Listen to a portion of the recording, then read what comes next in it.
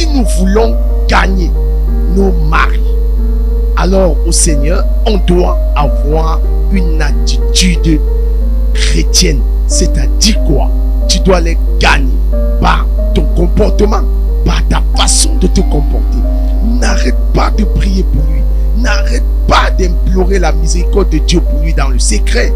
Ah oui, n'arrête pas de faire ce que tu sais faire. Parce que si lui, il parvient à te déconnecter avec Jésus, ça voudrait dire qu'il t'a évangélisé, il t'a gagné quelque part. Ça veut dire que quelque part tu as faibli, quelque part tu as laissé que l'attitude négative de ton mari alors t'affecte. Où est donc la différence entre toi qui as Christ et lui qui n'a pas Christ? Ah oui, tu traites ton mari d'Égyptien, tu pries même de foi. Regardez un niveau de stupidité de certaines femmes. Non, parce que ton mari a une amante dehors, tu te permets de mettre les genoux à terre. Oui, que son sexe ne fonctionne plus. Alors, le simple fait que tu aurais prié, que son sexe ne fonctionne plus, rassure-toi, parce que tu n'as pas dirigé, tu n'as pas spécifié tes prières. Alors, même avec toi, ça ne fonctionnera plus. Shalom, shalom, shalom, peuple de Dieu. Je suis le prophète Armel Kenny. Au plaisir de vous savoir des nôtres dans le cadre de notre exhortation. Alors aujourd'hui, pour cette édition, nous parlerons sur l'attitude de la femme chrétienne. L'attitude de la femme chrétienne.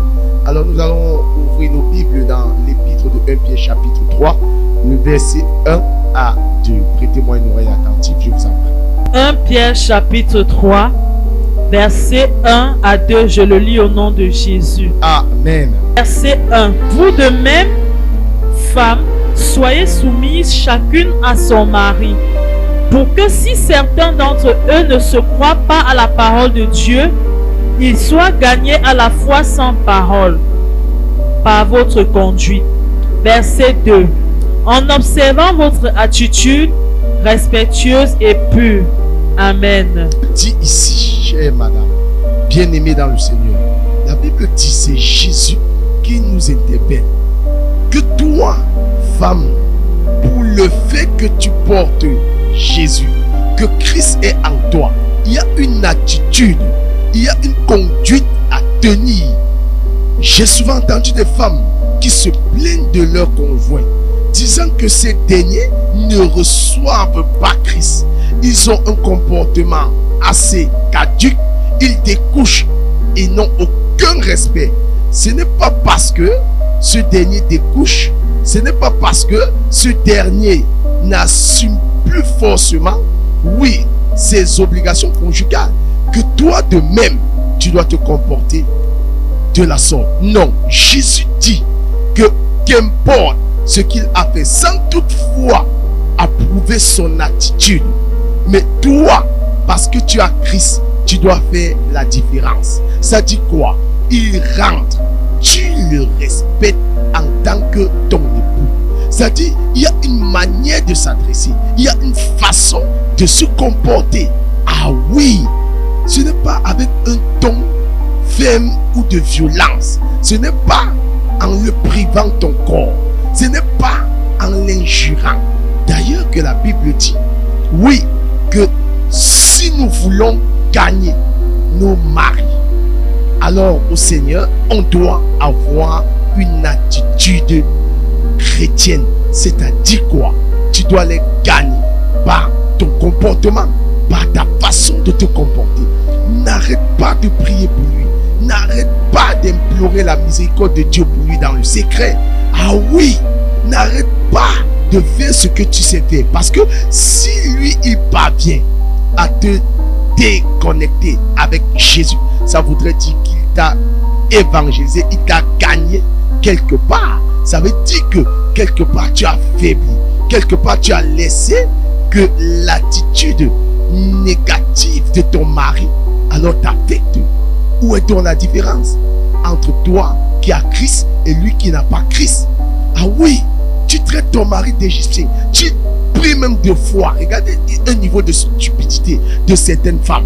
Non, parce que ton mari a une amante dehors, tu te permets de mettre les genoux à terre, oui, que son sexe ne fonctionne plus.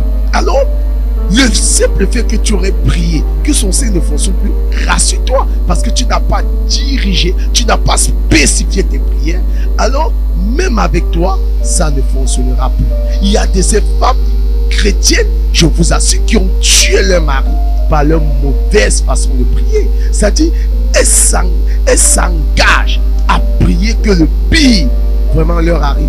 Celui qui ramène le nécessaire à la maison, le père de tes enfants, tu pries qu'il fasse l'accident. Tu pries que l'ennemi le touche afin qu'il sache que tu as reçu Jésus. Est-ce là une manière de le gagner à Christ? Je dis erreur. Erreur. La Bible dit que tu dois le gagner par ta bonne conduite, par tes bonnes œuvres.